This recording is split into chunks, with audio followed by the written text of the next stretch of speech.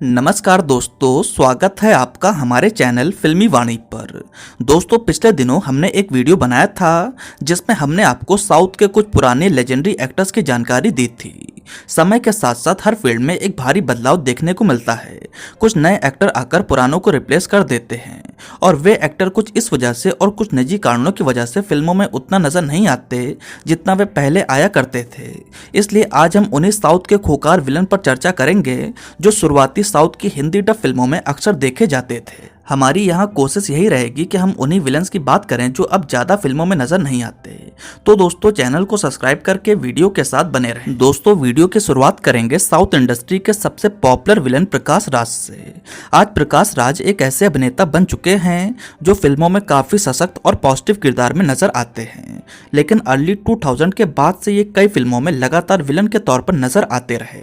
इन्होंने अपनी एक्टिंग के दम पर तमिल, तेलुगु, मलयालम, कन्नड़ा और हिंदी जैसी कई भाषाओं की फिल्मों में अपनी अलग पहचान बनाई। शुरुआत इनकी एक थिएटर आर्टिस्ट के तौर पर हुई और इनके हिस्से 2000 से अधिक थिएटर परफॉर्मेंस दर्ज हैं। प्रकाश राज ने हमेशा अपने काम में बदलाव किया। एक टीवी आर्टिस्ट से ये फिल्मों में सपोर्टिंग एक्टर के तौर पर नजर आने लगे। हीरो बने, विलन बने और आज भी वैरायटी भरे रोल्स में देखे जाते हैं। 5 नेशनल अवार्ड, 8 नंदी अवार्ड और 8 तमिलनाडु स्टेट अवार्ड विजेता प्रकाश राज साउथ के एक लेजेंड हैं। पर्दे पर खलनायक के तौर पर इन्हें देखना लोगों की पहली पसंद रही है, जिसके लिए इन्होंने हमेशा से मोटी फीस चार्ज करी है। पोकरी, डोकड़ू और गिल्ली जैसी न जाने कितनी फिल्में हैं जहां इनकी शानदार खलनायकी देखने को मिली। प्रकाश राज के बाद साउथ के एक और गद्दावर अभिनेता है नसर सर।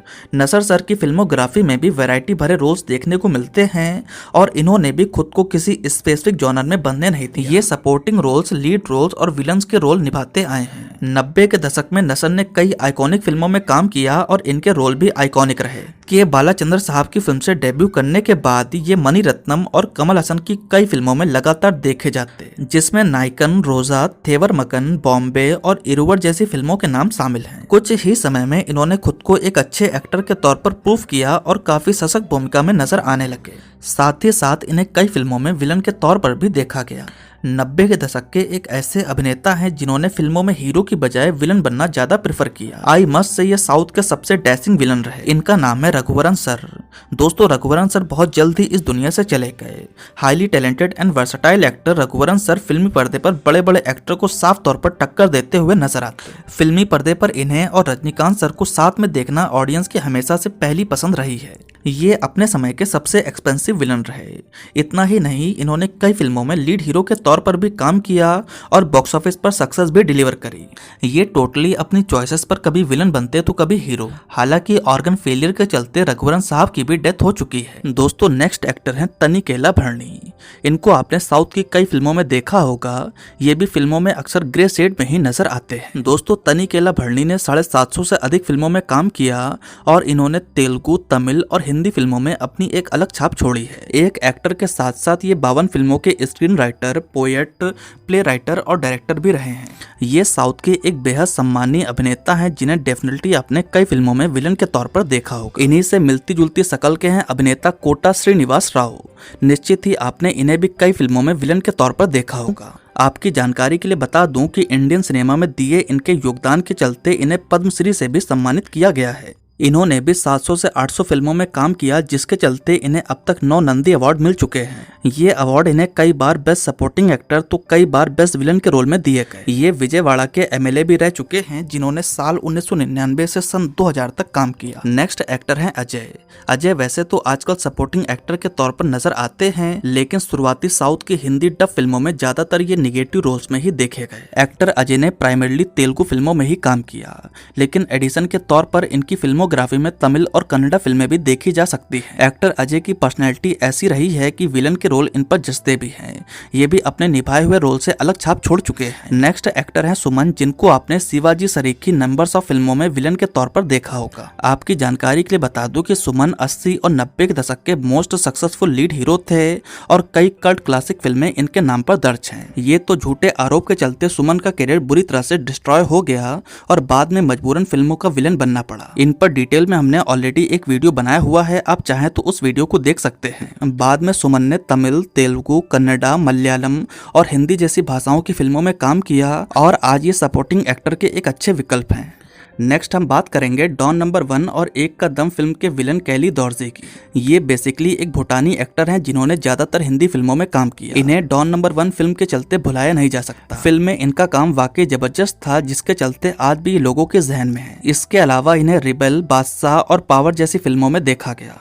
डॉन नंबर 1 फिल्म के विलन की बात हो ही रही है तो मेरी जंग के विलन राहुल देव को भी भुलाया नहीं जा सकता। सिर्फ मेरी जंग ही नहीं, इन्होंने नरसिम्हा, टक्कारी डोंगा, सिम्हाद्री और नरसिम्हडू जैसी फिल्मों में काम किया। राहुल देव हिंदी सिनेमा से निकले एक ऐसे अभिनेता रहे जिन्होंने तमिल, तेलुगु, मलयालम, कन्नड़ा, पंजाबी और बंगाली जैसी फिल्मों में अपनी अभिन्न छाप छोड़ी है। वैसे इस सीरीज में जगपति बापू, समंती रकानी और संपत राज जैसे एक्टर का जिक्र किया जा सकता था, मगर ये लोग तो अभी भी ट्रेंड में चल रहे हैं और साउथ के टॉप विलन के तौर पर गिने जाते हैं, जिसके चलते हम यहाँ पर उनकी बात नहीं कर रहे। वैसे जगपति बाबू पर हमने एक डेडिकेटेड वीडियो बनाया है, आप चाहें तो उसे देख सकते हैं। नेक्स्ट एक्टर है प्रदीप रावत। प्रदीप रावत भी साउथ का एक जाना पहचाना नाम है।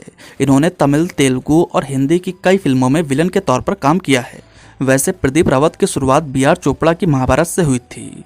आगे चलकर एस.एस. राजामौली की फिल्म साई से इन्होंने अपना डेब्यू किया।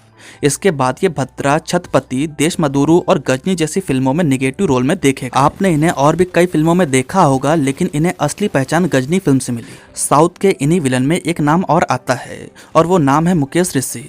ये नॉन तेलुगु स्पीकिंग एक्टर हैं जिन्होंने अपनी एक्टिंग एबिलिटीज के चलते तेलुगु इंडस्ट्री में अपना एक बड़ा नाम बनाया है। आज ये तेलुगु के सपोर्टिंग एक्टर के भी अच्छे विकल्प हैं। इसके अलावा इन्होंने तमिल और मलयालम की भी कई फिल्मों में काम किया। आपने इन्हें इंदिरा, आर्या 2, रिबेल, रचा और बादशाह जैसी कई फिल्मों में देखा होगा। दोस्तों नेक्स्ट एक्टर हैं सयाजी शिंदे। दोस्तों सयाजी शिंदे बेसिकली एक मराठी एक्टर हैं जिन्होंने अपने टैलेंट के दम पर हिंदी, तमिल, तेलुगु, मलयालम, कन्नड़ा, गुजराती, मराठी और भोजपुरी जैसी भाषाओं की फिल्मों में अपनी एक अलग छाप छोड़ी है।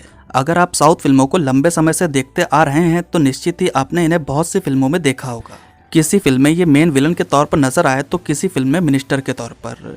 इसके अलावा आपने इनको कई फिल्मों में कॉमिक विलन के तौर पर भी देखा होगा। सयाजी शिंदे के कैरेक्टर में हमेशा ग्रेट टच देखने को मिला और ये हमेशा अपनी जबरदस्त डायलॉग डिलीवरी और वॉइस मॉड्यूलेशन के लिए जाने जाते रहे। नेक्स्ट हम जिस एक्टर का जिक्र करने वाले हैं उनका नाम है आशीष विद्यार्थी। नेशनल स्कूल ऑफ ड्रामा से पढ़े आशीष विद्यार्थी ने देश की अलग अलग भाषाओं में कभी न मिटने वाली छाप छोड़ी है।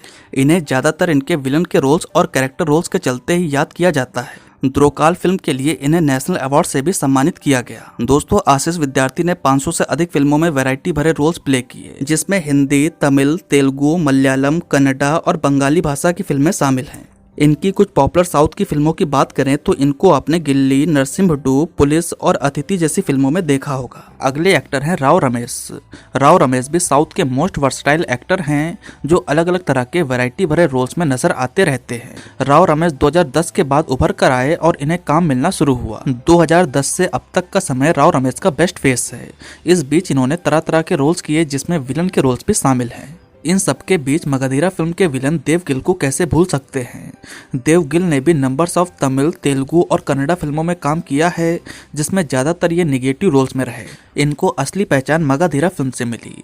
इसके बाद ये सुरा, रगड़ा और रचा जैसी फिल्में नजर आते रहे। साउथ के विलन्स में साई कुमार का भी एक बड़ा और इम्पोर्टेंट नाम है। शुरुआत इनकी डबिंग आर्टिस्ट के तौर पर हुई।